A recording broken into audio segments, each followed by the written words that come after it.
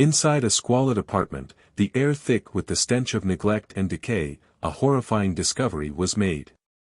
Amidst the filth and disarray, the small, lifeless body of a 2-year-old child was found. The subsequent investigation into this scene of unimaginable squalor would unravel a shocking story of neglect and abuse at the hands of those who should have cherished and protected her.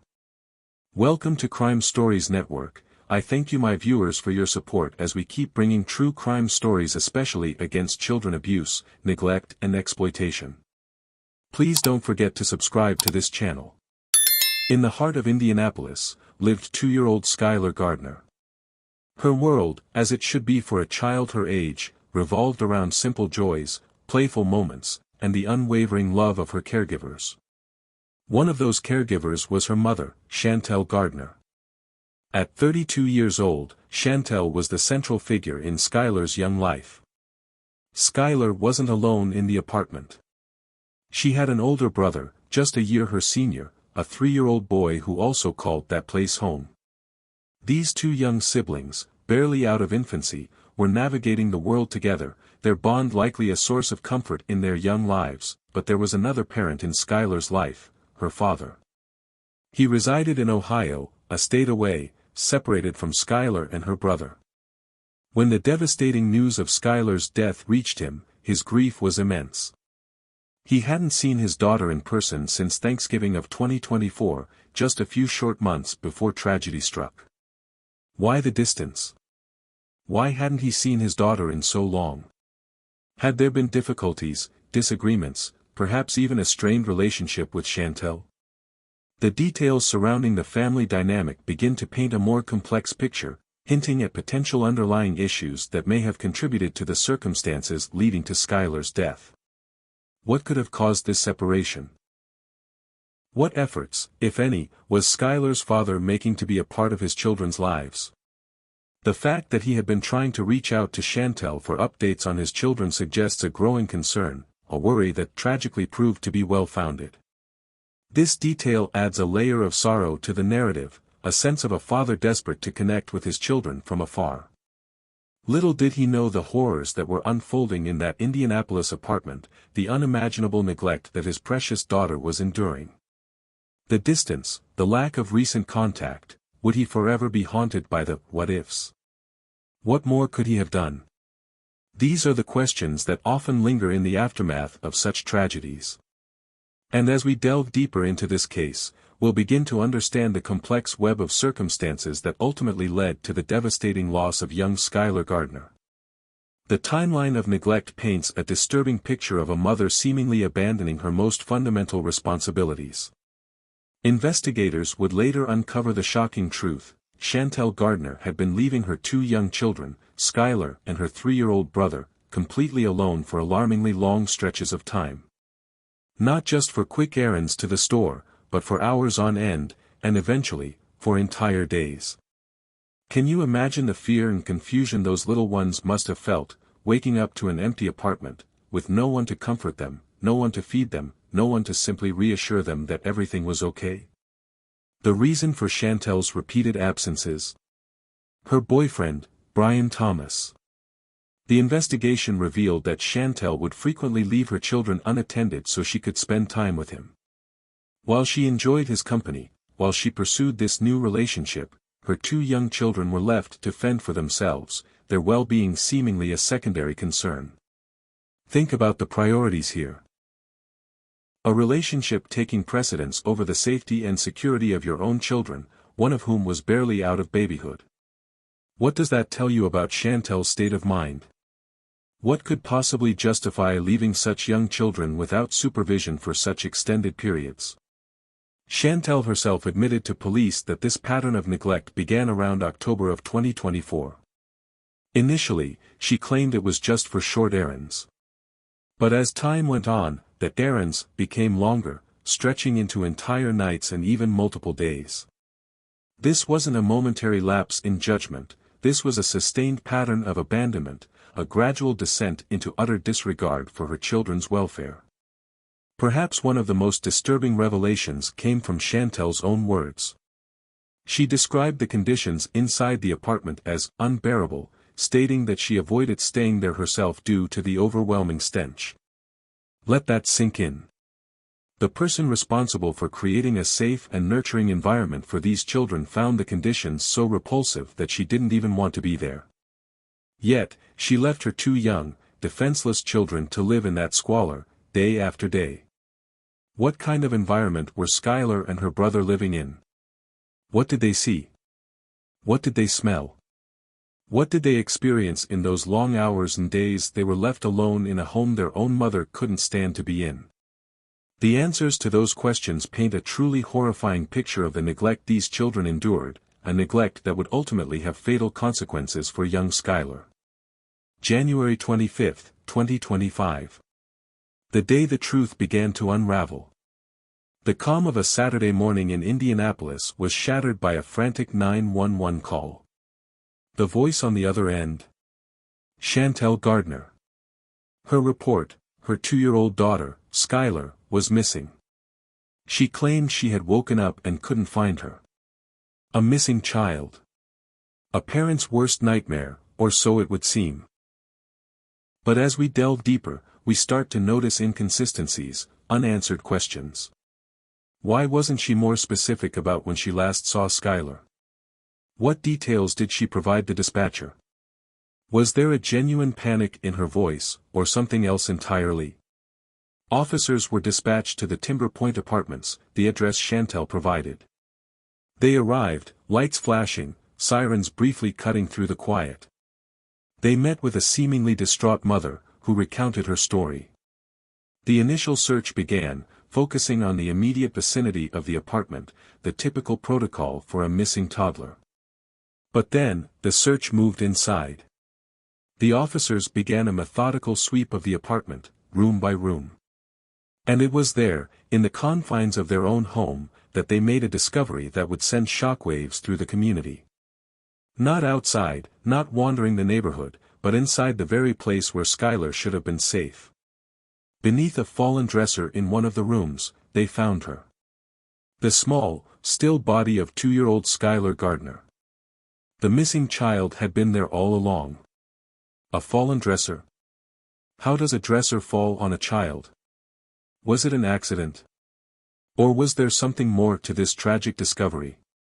The scene immediately raised red flags for the investigators. This wasn't a simple case of a child wandering off. This was something far more sinister, a scene that spoke volumes about the environment Skylar had been living in.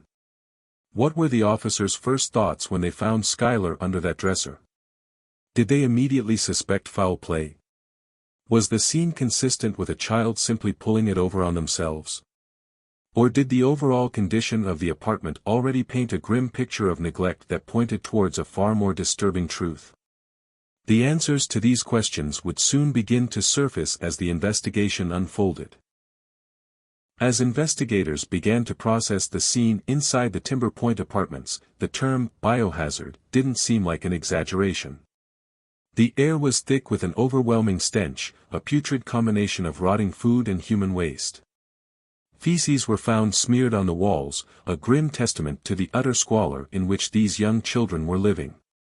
It was an environment no child, no living being, should ever have to endure. But the horror didn't end with the condition of the apartment. As medical examiners carefully examined Skylar's small body, the extent of her suffering became chillingly clear. Bruises covered almost every inch of her skin, her face, her arms, her legs, her back.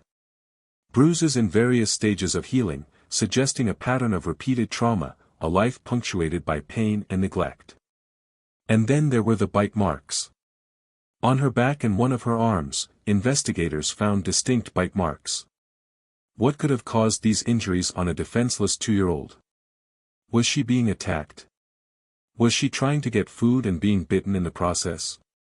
The questions are disturbing and paint a picture of unimaginable distress. Even more heartbreaking was the discovery of frostbite on Skylar's tiny hands and feet. Frostbite. In January. In Indiana. This detail speaks volumes about the lack of warmth, the lack of proper care, the sheer abandonment this child must have felt. How long had she been cold? How long had she been left in those conditions without anyone to protect her from the elements, even within the supposed safety of her own home?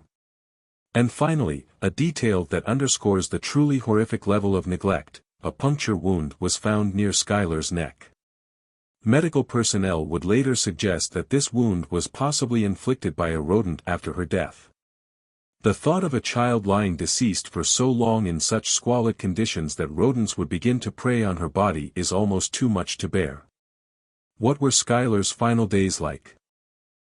What pain and terror did she experience in that apartment? Were her cries for help ever heard? Did she understand why she was alone, why she was cold, why she was hungry? The sheer brutality of the neglect revealed by these findings is staggering. It leaves you questioning not just the actions of her caregivers, but the very fabric of humanity. How could anyone allow a child to suffer like this? The discovery of Skylar's lifeless body sent a wave of urgency through the Indianapolis Police Department. The apartment, now a crime scene, was swarming with investigators, forensic teams meticulously gathering evidence of the horrific neglect. It wasn't long before the focus turned squarely on the adults responsible for Skylar's care. Chantell Gardner was likely still at the scene when the full weight of the situation began to dawn on her. The initial shock of finding her daughter had likely given way to the stark reality of what had happened under her watch. She was taken into custody, the questions from detectives becoming more pointed, more accusatory. The details they had already uncovered in that apartment painted a damning picture, one that screamed of profound and prolonged neglect. Brian Thomas, Chantell's boyfriend, also found himself in handcuffs. His role in this tragedy may have been less direct, but investigators believed he played a part in enabling the neglect. By allegedly providing a place for Chantell to go while leaving her children alone, and by potentially concealing information from the police, he too would face legal consequences. The charges against Chantell Gardner were severe, reflecting the gravity of the crime. She was indicted on charges of murder and neglect of a dependent resulting in serious bodily injury. In Indiana, a murder conviction carries a significant penalty, potentially leading to decades in prison, or even a life sentence. The charge of neglect of a dependent resulting in serious bodily injury further underscores the profound failure of her parental duties. Brian Thomas was charged with assisting a criminal. This charge signifies that he allegedly took actions to help Chantell avoid being caught or facing the consequences of her actions. While the penalties for assisting a criminal can vary depending on the specifics of the case, it can still result in a substantial prison sentence. What do you think went through Chantell's mind as she was being arrested and charged with such heinous crimes? Did the reality of what she had allowed to happen finally sink in? And what about Brian Thomas? Did he believe he was simply helping his girlfriend, or did he understand the severity of the situation unfolding with those two young children? Skylar's death was a preventable tragedy. There were likely signs, subtle or perhaps even obvious, that something was terribly wrong in that apartment. Could intervention have saved her? It's a question that will undoubtedly haunt many who learn about this case. This case serves as a stark reminder that the safety and well-being of children is not just the responsibility of their parents, but of the entire community. We all have a role to play in protecting the most vulnerable among us. By being vigilant, by being willing to speak up, we can potentially prevent another innocent child from suffering the same horrific fate as Skylar Gardner. Let her short life be a catalyst for change, a reason for us all to be more aware, more compassionate, and more proactive in safeguarding the children in our neighborhoods. Thank you for taking the time to watch this difficult but important story. If you've been moved by Skylar's case and want to learn about other true crime stories that explore the complexities of human behavior in the justice system, please consider subscribing to our channel. Your support helps us continue to bring these stories to light. We encourage you to share your thoughts and reactions to this case in the comments below. What lessons do you think we can learn from the tragic loss of Skylar Gardner?